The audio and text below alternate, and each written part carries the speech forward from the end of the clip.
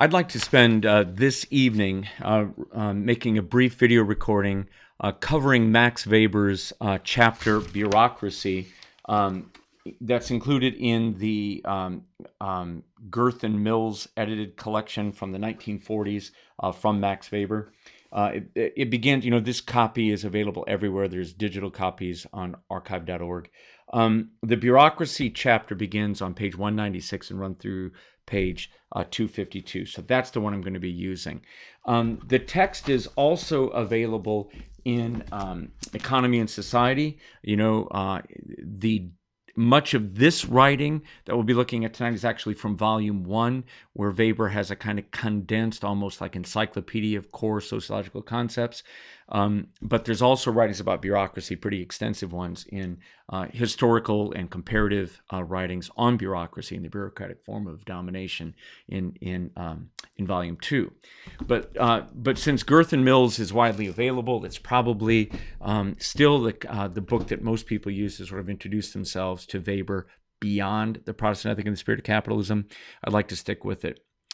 So before we get into my talk tonight, I teach this chapter to a graduate leadership seminar, usually every January. I do a little sort of like 3 hours on organizational theory.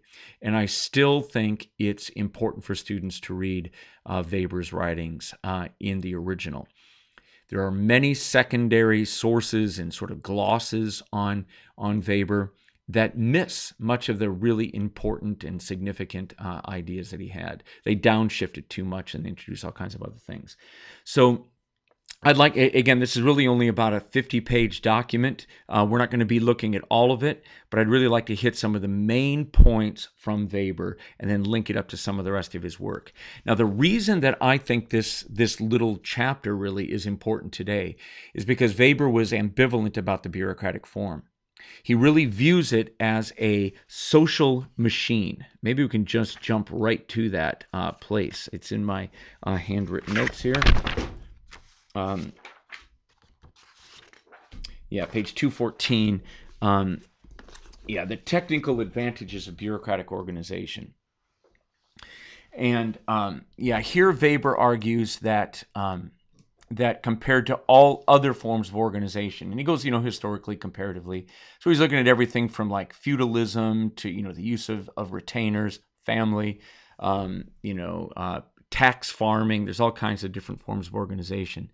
But no matter what the other forms are, bureaucracy has advantages. It's more powerful. It's a social machine. Social machine. So let's read this. The decisive reason for the advance of bureaucratic organization. So Weber argues that the deeper we go into capitalist modernity, the more bureaucratic life becomes. That bureaucracy takes over in the realm of the state, and it also becomes the primary mode of administration of capitalist enterprises. So again, if you teach organizational theory, you wind up covering Weber's writings on bureaucracy in like the first week, right? It's absolutely bedrock. And by the way, we owe the concept of bureaucracy itself, its use in everyday life, to Weber's writings, right? This is, Weber introduced many concepts into everyday usage, and this is one of them, okay? So the decisive reason for the advance of bureaucratic organization has always been its purely technical superiority over any other form of organization, okay? So it is technically superior, and that's going to be the sort of the melody that runs throughout this entire talk. It's technically superior, but it's only technically superior if you adhere fairly close to what he calls the pure type of bureaucracy. If you diverge very far from the pure type, some of the positive qualities associated with bureaucracy, like relative social leveling, like it's kind of somewhat of a congruence with democracy. It's always highly problematic. But it's efficiency, its precision, the way that you accomplish technical tasks effectively, right, competently. That goes away fairly quickly if you begin to diverge from the pure bureaucratic form. Corruption is one of the problems of state and sort of economic life that bureaucracy manages effectively. In fact, I can't think of any other form of organization that does more to combat corruption than bureaucracy does. Now, bureaucracy can itself become corrupt, but in its pure form, it tends to limit the capacity for, feathering one's nest if you're an official, or for deploying, the resources of an organization or a state for perverse purposes, lining one's own pocket, pursuing one's own personal enemies, and so on, right? So, or just sort of accumulating power for power's end. Bureaucracy has a technical purpose, administering a state enterprise, running a capitalist organization, something like that, right?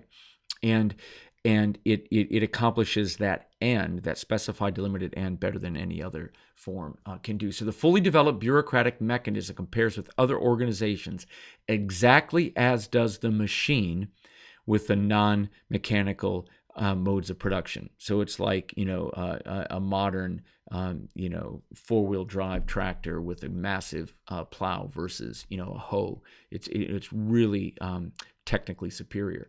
So precision, speed, unambiguity, knowledge of the files, continuity, discretion, unity, strict subordination, reduction of friction and of material and personal costs. These are raised to the optimum point in the strictly bureaucratic organization, right? Administration, especially in the monocratic form, as compared with all collegiate, monitoring or running an organization like a department of in a university where the colleagues sort of vote on things. Collegiate, honorific, avocational, hobby forms of administration where you're appointing notables to be part-time gig employees of an organization, right? Trained bureaucracy is superior on all of those points. And as far as complicated tasks are concerned, paid bureaucratic work is not only more precise, but in the last analysis, it's often cheaper than even formally unremunerated honorific service. In other words, you could pay bureaucratic officials to do things less expensively than you can often have someone volunteer to do it who's not organizationally trained. Okay, so it really has a lot of these immense advantages, and then he begins to talk about what some of those are. So the reason I think it's important that we sort of go through Weber's writings is that he really highlights the advantages of this form, and he links it to bureaucracy. So this is an image from, I think it's from Scientific American or something from 19th century. This is an image of a handgun manufacturer, Smith & Wesson or something. I'm not even sure what it is. Yeah, it is Smith & Wesson's revolver factory. The division of labor within a factory follows a kind of bureaucratic logic. Every person who works within the factory occupies a specialized position. The tasks of that position are delimited by rules. There's coordination between. There's superordination, so there's a few managers or supervisors or foremen running around, controlling and guiding those who are actually doing the work, right? The people who work in the organization don't own the work equipment, nor do they own the raw material, nor do they own the product that they produce. We've talked about this before when we did Marx. Nor do they own the relations that they form at work, the ideas that they have at work, and so on. All of that stuff winds up becoming work property. So there's a separation between those who work in an organization and the organization itself. That's going to be very important to Weber as we go forward. Okay, so we've seen a lot of images of sort of 19th century factory work. We rarely see, though, images of non-factory work, of sort of office work, bureaucratic office work. So this is an image from the Central Telegraph Office. I'm not 100% certain what city this is in, but back in the day when telegraph was the primary way to send messages over a distance, here's the office staff working at a telegraph office.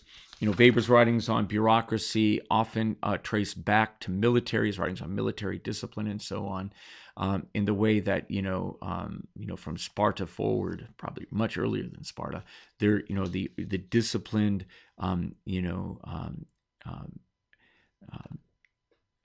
organization of troops in a kind of bureaucratic way is more efficient, tends to win out, tends to be able to defeat, the chivalrous knights riding on horses in a kind of charismatic or enthusiastic way. Here's an image of the telephone change in New York City from about the 1880s, so very early telephone exchange. Again, this isn't factory work, but each of the employees, you got the hierarchy here, you got a manager, you've got some of the the workers who are plugging in, making actual physical connections, connecting one line to another, and so on. So this isn't producing things, it's working in an office doing bureaucratic work. Oddly enough, this is an image from, I think, the New York City post office from, the late 19th century, sorting machines. These have been in the news lately, right? So that the post office is a massive bureaucracy.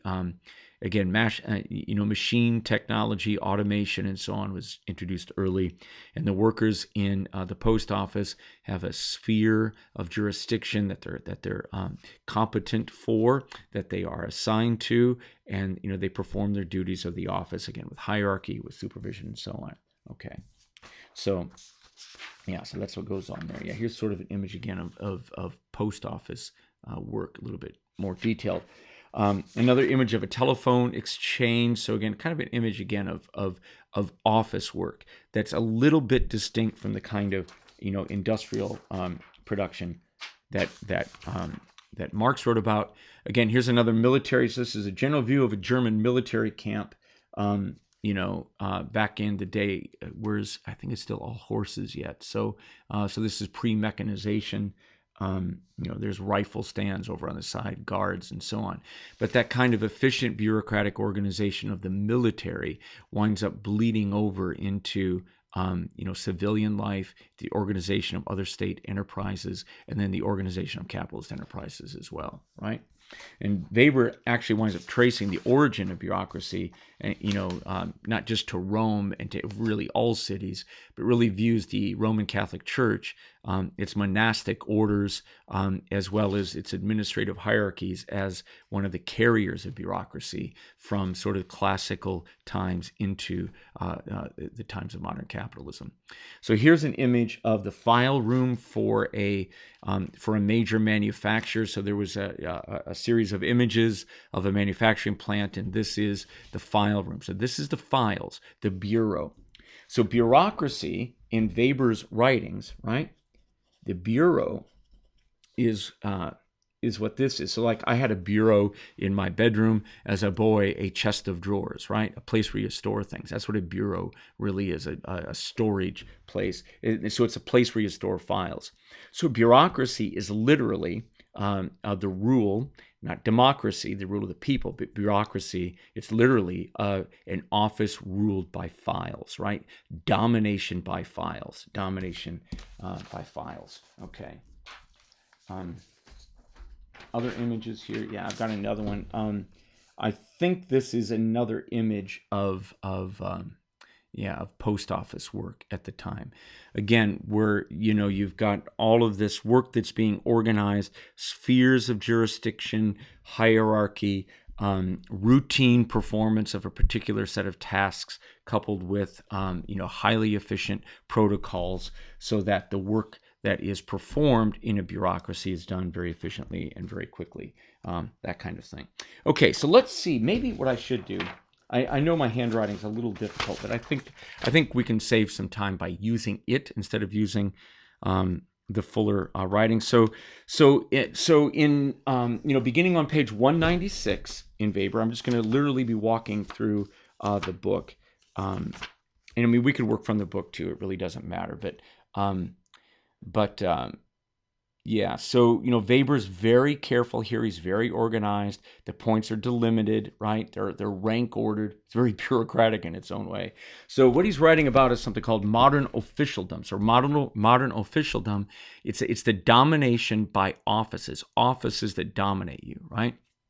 So instead of having sort of like a sheriff who's a friend who's appointed by an overlord to dominate you, you're instead dominated by officers in occupying official, offices. Okay, so modern officialdom has that's bureaucracy. Modern officialdom. What are its core characteristics? Okay, so the first thing is it has fixed jurisdiction. So every office has a delimited set of fixed rule-bound administrative functions that are regulated. So regulation literally means to make regular, right? So these are rules that routinize, that standardize, and that sort of so that the processing of people or the processing of cases becomes predictable. Okay, so so you have a fixed jurisdiction in the office. It's rule bound and administrative regulation. The activities are distributed within an office and between offices with a division of labor in something called official duties, and these are duties. They're duties. They have a kind of ethical quality to them. So you're not performing a job just to earn a living, but you're really performing duties. You have an ethical sort of drive to complete the tasks of your office, right? That's an officer. An officer isn't just performing, narrow employee work, right? But has a kind of embedding of the self in the office, right? Where you kind of identify, you really view it that there's an ethical or moral significance to how well you perform your role. This is going to be really important to Weber. Okay, so there is that the authority of office, again, is delimited by rules. This means that you can't step outside the jurisdiction. So, my students, I'm not able to sort of, discipline them for staying up late at night or something like that, right? I have a very limited set of punishments that I can deliver upon them and rewards that I can give. Okay, and that the authority of the office is stable, and that the means and the ends of the office, right, the task that is to perform and the means to achieve them, are relatively routinized and again delimited by rules. And then there's regular and continuous discharge of the duties by qualified officers, right? So if an officer dies, another one's immediately appointed, or if one goes on vacation, there's more, or there's 3 or 4 who perform the same function, but you have a continuous discharge of the duties of an office. So these big ideas together, these 3, right, together form what Weber calls bureaucratic authorities. That's sort of like the bare bones of the ideal type, right? Like if you wanted to specify the kind of broad outline of bureaucratic authority, that's what it's going to be. Distributed offices with jurisdictional authority, delimited by rules, stable, qualified officials, a routine discharge. Page 196, Weber says that bureaucracy and bureaucratic administration is an historical exception. And I think that's actually worth looking at a little bit. So he says, it's very rare in history that you wind up with peoples governed by permanent and public office authority with fixed jurisdiction. It's not the historical rule, but the exception. And so you don't find it in the ancient Orient. You don't find it in Germanic or Mongolian empires. You don't find it in any of these places, right? And then he says, usually domination from a ruler of the governed is accomplished through the use of personal trustees, table companions, court servants, commissions, and the like, right? People who aren't really technically trained to do a task, but are appointed because the ruler happens to know them or happens to trust them, or there's personal loyalty or blackmail on them, or some way to extort them. In other words, it isn't the technical competence that matters. There's something else. Again, just to step back for a second, and if you look at the way that officers have been appointed within the current administration, we can see that there's been a sharp divergence from this particular quality that Weber associates with bureaucracy, technical competence. And we've actually seen in the Trump administration, I don't think it's anyone is surprised to learn this, that many of the people who have been appointed to positions of high authority, right, top officers governing large agencies, have lacked any technical competence or expertise of any kind, right? And so, and often have a kind of personal commitment to the destruction of the very agency that they're placed in charge of. So we've had some really problematic appointments from the standpoint of bureaucracy, right? So if you want to get the positive qualities of bureaucracy, you need to have appointments that follow, that logic. And we're not having that right now. So that's a big problem here. All right. So page 197, office hierarchy and levels of graded authority are part of the characteristics of bureaucracy, so that the different offices are going to be fit together in a hierarchy and graded authority, so that there's supervision from the superior offices of those below. But that doesn't mean that the lower offices are taken over, because the lower offices have something like technical competence or jurisdictional competence, and therefore they're needed and they're sustained. A third quality, written files. Okay, so the bureau, the folder, the now the computer record that keeps the case files, right? So any one or anything that's processed by a bureaucracy tends to have a number associated with it, and that number is, like your Social Security number, your employee number here at Iowa State. If you have an insurance, you have an insurance case number. If you buy anything, there's usually an invoice number associated with it. So we are processed through the bureaucratic world with a case, and the case has a case identity, usually in the form of a number, and then that file becomes quite permanent to us once it's created. So decisions that are made about us in a bureaucracy aren't really made about our person. They're really made about our file, right? People look at your file and make decisions. So this is, the frustration of anyone looking for a job, or you send a resume off, and it's really the file that they're looking at, right? The paper that they're looking at, not the person, okay? So the written files rule in a bureaucracy, which is really what bureaucracy means, the rule of the written files, okay? Another trait then, there's the separation of officer and the person, so that like I'm in an office right now, but this is not my personal home. I'm not allowed to make it my personal home, right? So there's a separation between the accounting of my office, my sort of my budget of my office, and my personal budget. I'm paid salary. We're going to talk about that in just a minute, so that I'm not feasting upon the resources and the revenues of my position in order to feed myself. I'm getting paid by the organization. And therefore, I keep my personal finances and the finances of my office separate. I keep my personal space, my household, separate from the office space. And I identify myself as a person separate from my office, right? Now, there are some offices that are sort of master statuses, or, in Goffman's terms, they embrace the player, right? The role that embraces the player. And like that face hugger and alien, it's a role that's really hard to pull off. Very difficult, for example, for a Catholic priest to not be a Catholic priest. You can't really go on vacation as a Catholic priest and not be one. And there's other positions that are really, really difficult to disentangle oneself from. Now, I'm a professor, and I have regions of my life that are bounded and that aren't, in which my official status doesn't matter. And I think that's true of most employees. Most office holders anywhere in an organization separate out their person from the office. And again, to Weber, this trait is essential, right? Like of all of the traits here, this is really important. The officer has to be separated from the person, and the office from the household. The accounting has to be separated, and so on, right? So you can't be turning your office into your personal property and farming your office in order to get personal income or to gain personal advantage or personal power. It's really, again, you have a delimited set of duties, obligations, ethical requirements, and you're supposed to discharge those, and your personal life is something else. All right, so page 198, so specialized officials receive expert and professional training. So this is really important. So again, unlike some of the senior officials in the Trump administration, there really is a requirement within the pure form of bureaucracy for officials in specialized positions to receive training so that they are competent in discharging the duties of that specialized office. Okay, again, you diverge from that very far, and you lose many of the good qualities of bureaucracy. Officers and office holding is a vocation, not an avocation or a gig. Now, this is a big term for Weber. We'll come back to it a little bit.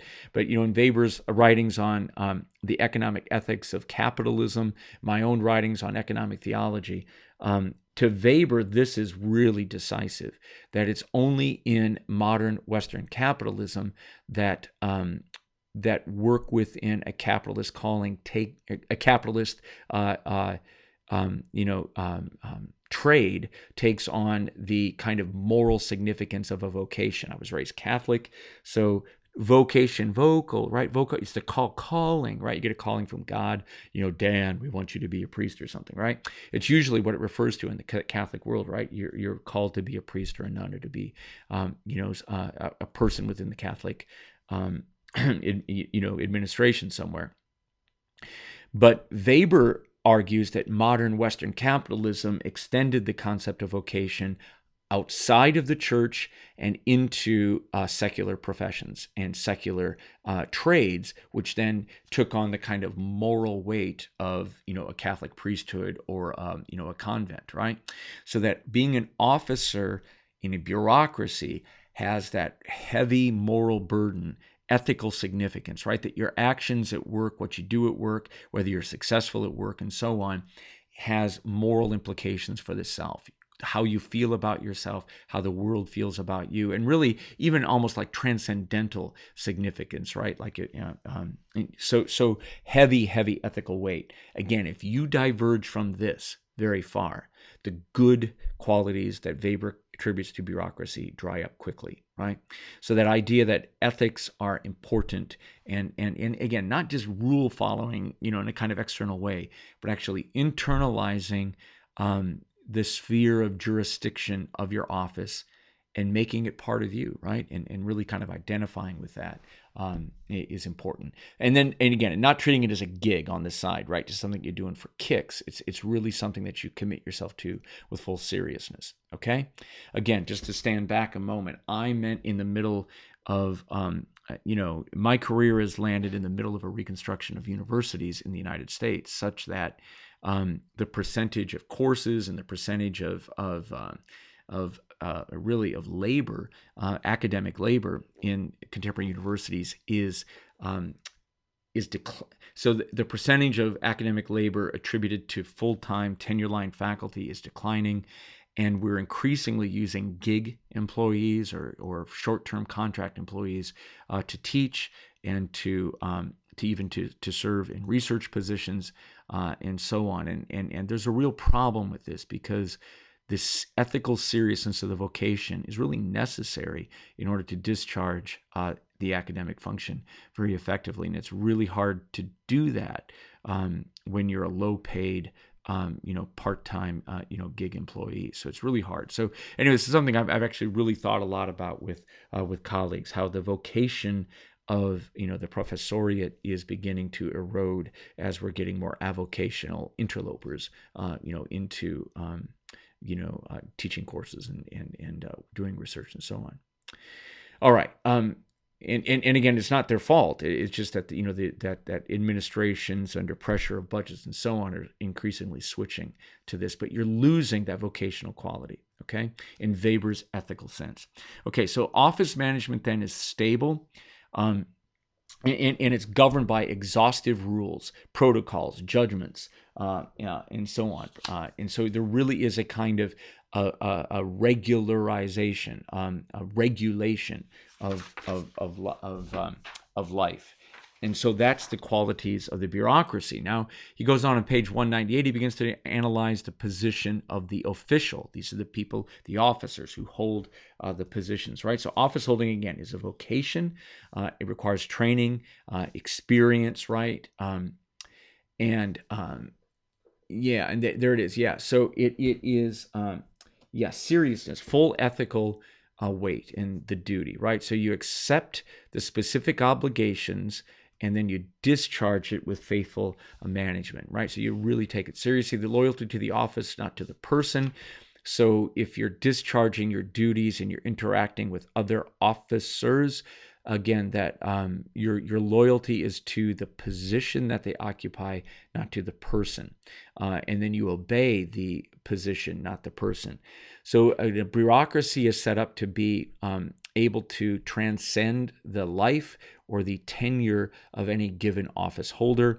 So, for example, if something, God forbid, were to happen to our president of the United States, for example, the loyalty within the system is to the laws of the country, to the Constitution, and then to the office. of the president, not to the person who happens to be the holder of that office, right? So again, in some of my other lectures, I've been talking about different sociological perspectives on Trumpism, and we've really seen a kind of change where, again, many of the followers of Donald Trump no longer directly identify as a conservative in the traditional sense or a Republican in the traditional sense. They're instead identifying with him. Their loyalty is to Trump the man.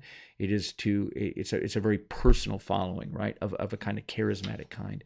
And so you're losing this. So again, in Weber's terms, if you begin to diverge too much, right, or too greatly from the pure type of bureaucracy, you begin to lose some of the benefits, and you have to kind of analyze what those effects are going to be, right?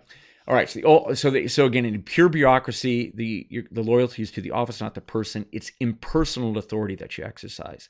So you only are So like myself, I can give grades to students only as long as I occupy this official position. If I were discharged tomorrow, I couldn't give you grades anymore, right? And so the loyalty is to the office, not to the person.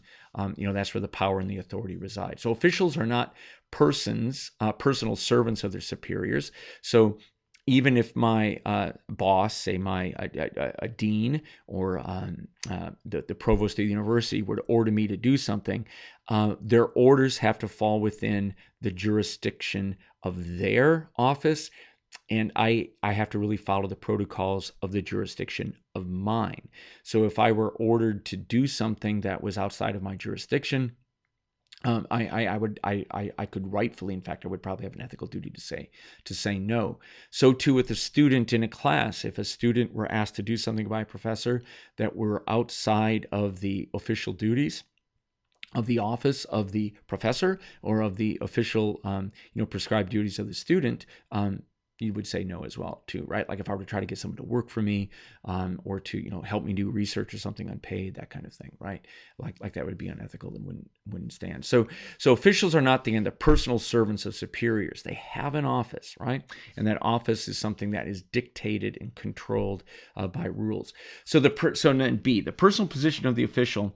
The official enjoys social esteem, status, honor, right, relative to the governed. So this is on page 200, and I wanted to point it out. It's worth looking at. So Weber has a little formula here that the prestige of the official is increased by, there it is, by the demand for expert administration. So if you are the possessor of expertise, and I've been qualified by technical training, and there's high demand for that expertise, it increases this prestige, the social esteem, the status honor that's attached to being that official. So it's also increased with social privilege, so that if that the official predominantly drives from socially and economically privileged strata. If the people who occupy a position normally come from privilege, then occupying that position grants you privilege. So it's one of the reasons why students, even of modest means, often strive to get into universities of high prestige rank, with a high prestige ranking, because then the kind of fairy dust that's associated with the magic of the name of Yale or Harvard or William and Mary then winds up transferring onto the student, right? So there's social prestige associated with that. And then where there's a high cost of training to get to acquire the credentials. So if it takes a lot of time and money and rare talent to become trained as a particular official, it tends to increase the status and esteem associated with it. Okay, then he goes on to a discussion of how officials are appointed. So the officers, if they're appointed by a superior authority, that's the typical or the pure case. Okay, so a boss hires subordinates, right? Or an officer with a jurisdiction creates a new office under their jurisdiction. And in that pure type, you wind up getting a kind of maximum emphasis upon technical superiority, that the person who's hired tended to be the most technically competent, because especially if the official who's doing the hiring are themselves technically competent and are following the rules of impersonality and so on that are associated, with the bureaucratic type. Weber writes about elections and the problem with electing officials. So if you elect officials anywhere in a system, it tends to disrupt the purity of the bureaucratic form. You wind up getting inefficient and incompetent people in positions the more that they're elected. And this is true of even the people at the very top. Weber tends to see people who are elected to high office not as people who are technically competent or efficient or effective. They tend to be what he would call probably people with charisma, right? People who come in with extraordinary power and extraordinary authority. So the people at the very top, if they're elected, again, they're not being selected based upon a careful scrutiny of technical competence. They're being selected, for other reasons, right? So elections always add a kind of friction into the system, disturb the purity of the bureaucratic form. So it's always a problem. So he writes about like judges in America that, back in his day, how times have changed. But anyway, back in his day, there tended to be higher levels of technical competence from federal judges that were appointed by presidents. Back in the day, it wasn't done for political reasons. It was done based upon, the quality of one's, resume and letters of recommendation and those kinds of things. That those appointed judges tended to be technically superior, more efficient, more effective, more ethical than those who were elected to office. Same is true of sheriffs and so on. Okay. So elections cause inefficiency. And then D, tenure of office tends to be for life. And even if the person comes and goes, it needs to be sort of at the discretion of the official. So arbitrary dismissal is the key here. So Weber argues that if an official occupies a position from which they can be arbitrarily dismissed, they lack the security necessary to discharge their duties with ethical consistency and quality. Again, this is one of the problems with filling professorial positions with gig employees, that they lack the security that prevents arbitrary dismissal, right? If you're working on a semester-to-semester contract, you can't have the kind of security needed, right, to stand firm when you must do something, politically unpopular or unpopular with students or something like that, right? Again, I'm personalizing this, but you can take it elsewhere. If you can be arbitrarily dismissed from, say, a position as an ethics investigator in the government, which has happened. If you can be arbitrarily dismissed as a police officer, if you can be arbitrarily dismissed as a teacher, right, in a public school, as a librarian, as a factory worker, anything that take. So if you could be arbitrarily dismissed, if the whim, so. Again, this is getting to the whole right to work issue right now, which is spreading, right? This so-called right to work, which really means the right to be fired at moment's notice. That once that becomes instituted, the official loses the strength and security necessary to discharge the jurisdictional duties with ethical competence, right? And so once that happens, once you can be dismissed at will, all of the rules go aside and you become a kind of, bootlicking subordinate who's subject to the whims of a boss. And so you become, again, more like a personal servant to a boss, or a kind of, sycophantic, flatterer of a boss, as opposed to someone who makes sure that they do a good job, right? So anyway, so this is really a big deal. So tenure for life is really important, right? It ensures the integrity of people who perform the office. And again, to Weber, this is really important. And if you violate this rule, so much is gone. I mean, so much of the good qualities of bureaucracy go away. So like in the military, again, in senior staff in any kind of governmental agency, or even in a capitalist company, right? If you can be fired at will, you don't have strength to resist arbitrary, discharge of authority, and therefore you become a bootlicker, right? A yes man, as opposed to a technically competent a person with a prestigious capacity to discharge the office. So this is big, and this is one. Again, I used to work for the labor movement, and this is one of the things that's really dark about our time is that the percentage of Americans who are represented by a labor union or a professional association with teeth is declined so much. We're down to 6% of private employees or something like that are covered by unions. So that means most of us can be fired at whim. So very few of us have savings or the capacity to endure being fired, right? And it means that most of us then will yield to the commands of a boss instead of sticking to the ethical discharge of a jurisdictional office to which we are ethically bound, right? So it just changes the nature of work. And again, if you care about competence and efficient discharge of duties, this is big.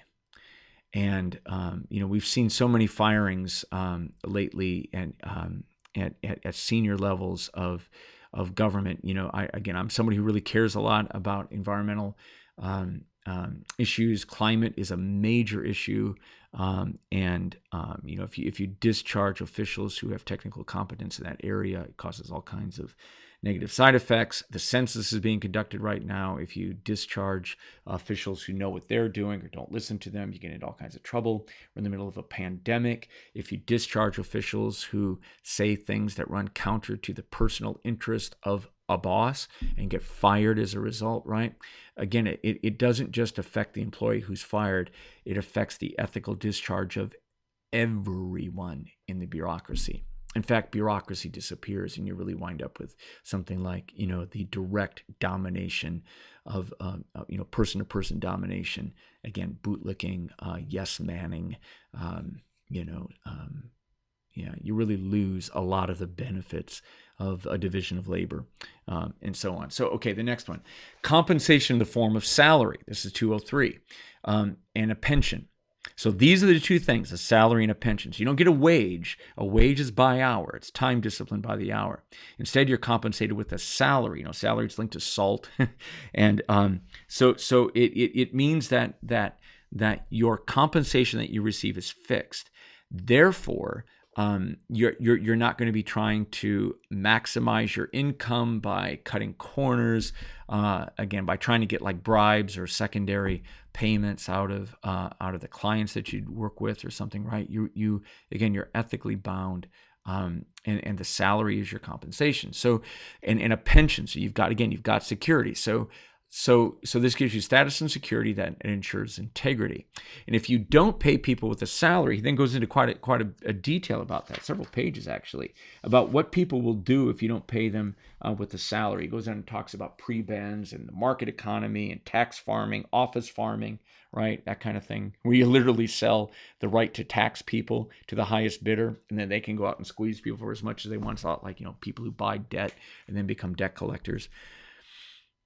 So if you do that, you blow the integrity of the bureaucracy, because you have people who are using positions not to accomplish organizational ends with technical efficiency. Instead, they're using their office for gain, for power, for perverse ends, right? So salaries are crucial. So again, just to look at the Trump presidency, first time we've had a president who makes a very elaborate show of donating his salary. He doesn't want to take his salary. And so then that begs the question, what is he doing to get compensation? We know that in a technically competent modern officialdom, we want people paid with a salary so that they're not trying to squeeze profit or squeeze money or other forms of payments or extortion or anything else out of people.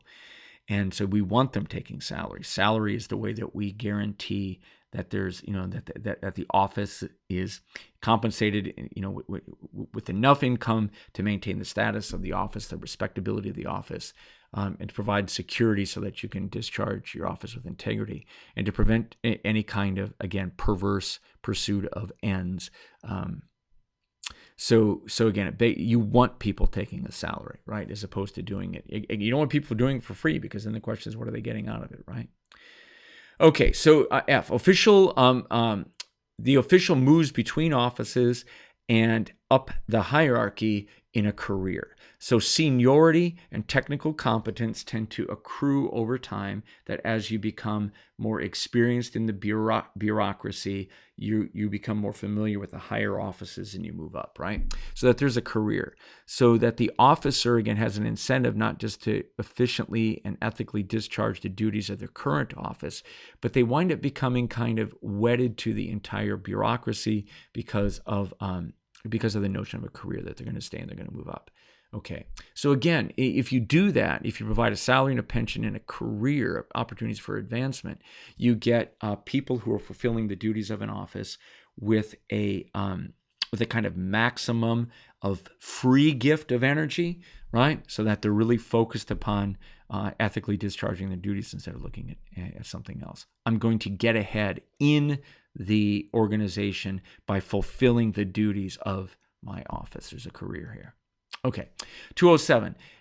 Any move away from salary distorts the bureaucracy. So he goes in and talks about some of these things. It really is a distorting thing. So this is a major issue. You want to make sure that the people who occupy positions in a hierarchy, in a bureaucratic hierarchy, are paid a salary and are not seeking remuneration, extraordinary remuneration through any other ends, perverse or any other thing, right? Demanding personal services or seeking to feather your nest with extra money, that kind of thing. Page 208, this leads to people who have discipline, precision, and exactness in the discharge of their duties. So they're treating it kind of like a Puritan would treat the conduct of their business and the state of their soul. Okay, so 214, he goes on and he talks about the technical advantages of the bureaucratic organization. We've already read that. It's a social machine, and it really leads to all of those positive qualities. Page 215, he talks about how capitalism has affinity with bureaucracy. An earlier section that I skipped, beginning on page 204, really talks about the money economy and how money is essential. If you don't have money, in a money economy, you really can't have a modern bureaucratic form because you can't pay a salary.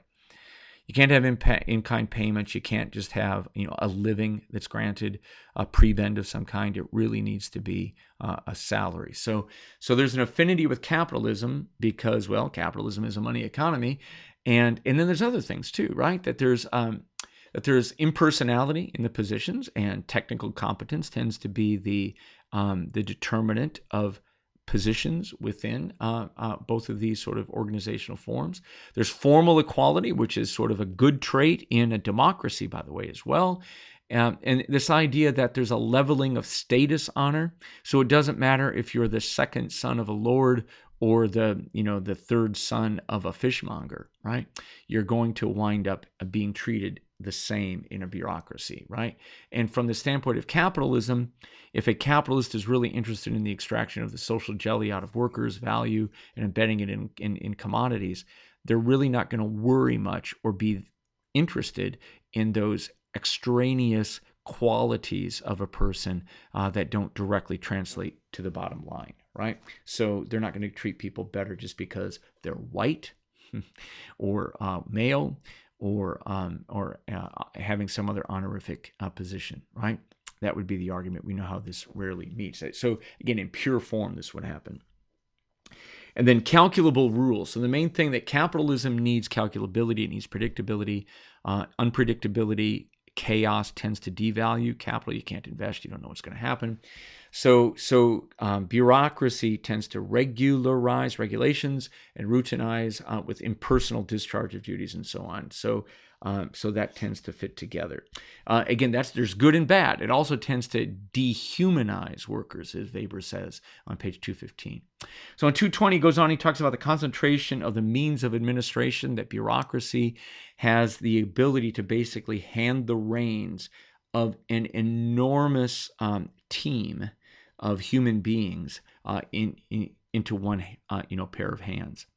So the director of a bureaucracy can discharge, control the conduct of thousands of people, and the commander of a military can literally control a couple million people and can actually place an entire population, possibly even the entire globe, in harm's way or take them out of harm's way.